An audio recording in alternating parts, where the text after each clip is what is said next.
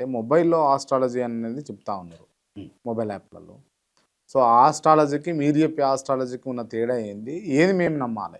అదండి. మంచి విషయం ఎందుకంటే, ఇప్పుడు ఏఐ అంటే కంపల్సరీగా ప్రతి ఒక్కళ్ళు ఏఐ, తర్వాత స్నాప్‌చాట్స్ అని చాలా వాటిని చూస్తున్నారు. హ్మ్. జ్యోతిష్యంలో ఎందుకు దాని మీద ఎక్కువగా డిజిటల్‌గా చూసుకునేంత కెపాసిటీ ఉందా? లేదంటే మాత్రం 100% తప్పంట నేను. హ్మ్. ఎందుకనంటే, డిజిటల్‌లో డేట్ ఆఫ్ బర్త్ టైమ్ ఇస్తున్నారు. ఈ డేట్ ఆఫ్ బర్త్ టైమ్ ఎంతవరకు కరెక్ట్‌గా ఇస్తున్నారనేది వీళ్ళకి తెలీదు, వాళ్ళకి తెలీదు. హ్మ్. తర్వాత 2 ముక్కలు చెప్తారాళ్ళు. చెప్పిన తర్వాత ఒక రూ. 5, రూ. 10 కట్ చేసుకుంటూ వెళ్తారు. ఇక్కడ ఎక్కడి వరకు క్లారిటీ అనేది రాదు. ప్లస్ క్లయింట్‌కి ఏం చేయగలుగుతారు? హ్మ్. ఒక వ్యక్తి జాతకాన్ని మనం తీసుకున్నాం. నాకు హెల్త్ బాలేదండి. మీకు మీ రాశిది ఇది అని చెప్తున్నారు. టక్కన కట్ అయిపోతుంది.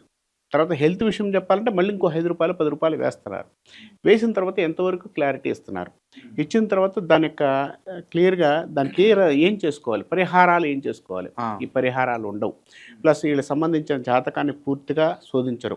ప్లస్ అతనితో పాటు ర్యాపో ఉండదు. అంటే గురువు దగ్గరికి వెళ్ళినప్పుడు ఇతనితో పాటు ర్యాపో ఉంటే అతనికున్న పరిష్కారాలు ఇంకో మార్గాలు చెప్పడానికి అవకాశం ఉంటది. హ్మ్. ఇక్కడ ఏఐ గాని, తర్వాత ఇంకో దగ్గరికెళ్తే కానీ ఎక్కడా కూడా పరిష్కార మార్గాలు ఉండవు. పరిష్కార మార్గాలు లేనిది జాతకం చెప్తే ఉపయోగం ఏంటి? హ్మ్. డాక్టర్ దగ్గరికి వెళ్ళాము, చూపించుకున్నాం అంటే కాదు కదా! దాని పరిష్కారం కూడా చూసుకుంటే రోగం తగ్గుతుంది. అలానే ఒక జ్యోతిష్యుడి దగ్గరికెళ్తే తన యొక్క ప్రయోగాలు తను ముందుకు వెళ్ళే విషయాల్లో క్లియర్‌గా ఉండడానికి, కొంత పాజిటివ్‌గా ఉండడానికి ముందు జ్యోతిష్యుడి దగ్గరికి వెళ్తే, గురువు దగ్గరికెళ్తే క్లియర్‌గా అంటే వస్తుందని చెప్పొచ్చు. ఇప్పుడు ఆన్‌లైన్‌లో జాతకాలు చెప్పించుకోకూడదు అని అంటారు మీరు అంతేనా? ఆన్‌లైన్‌లో జాతకాలు చెప్పించుకోవచ్చు. ఇప్పుడు ఒక గురువు దగ్గరికెళ్ళినప్పుడు ఒక జాతకుడికి చెప్పడం అనేది ఇప్పుడు నేనున్నాను. ఒక వ్యక్తి నా దగ్గరకొచ్చాడు.